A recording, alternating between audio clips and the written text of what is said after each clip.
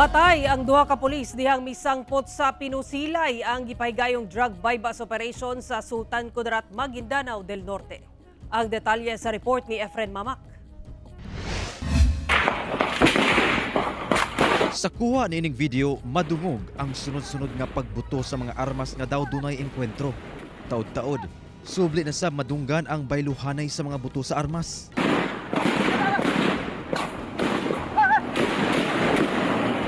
Sumala sa kapulisan, kini atol sa drug bypass operation sa otoridad sa barangay Simuay, Sultan Kudarat, Maguindanao del Norte pasado alas 11 sa buntag adlawng Biyernes. Gikamatay kini sa duha ka pulis nga giilang nga si Patrol Woman Rosalyn Bulias ug Police Corporal Kirt Sipin gumikan sa mga igo sa bala atol sa Pinusilay. Samdan sab ang laing duha ka pulis nga kaubanan niini nga gilayon sab gipatambalan. Atol sa operasyon, samdan sab ang duha ka mga lalaking sospek kinsa naaresto o gidala sab sa ospital.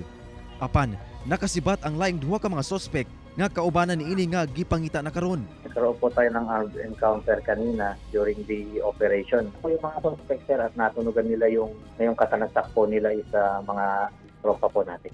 Atol sab sa operasyon, nakuha ang usa ka kilo sa gituoang shabu nga mo kantidad sa 6.8 million pesos. Lakip ang usa ka kalibre 45 nga pusil nga dunay siyam ka mga bala.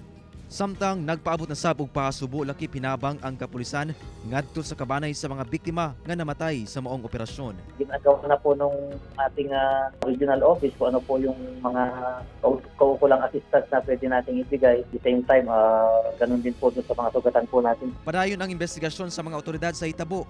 Efren Mamak, 1 Mindanao.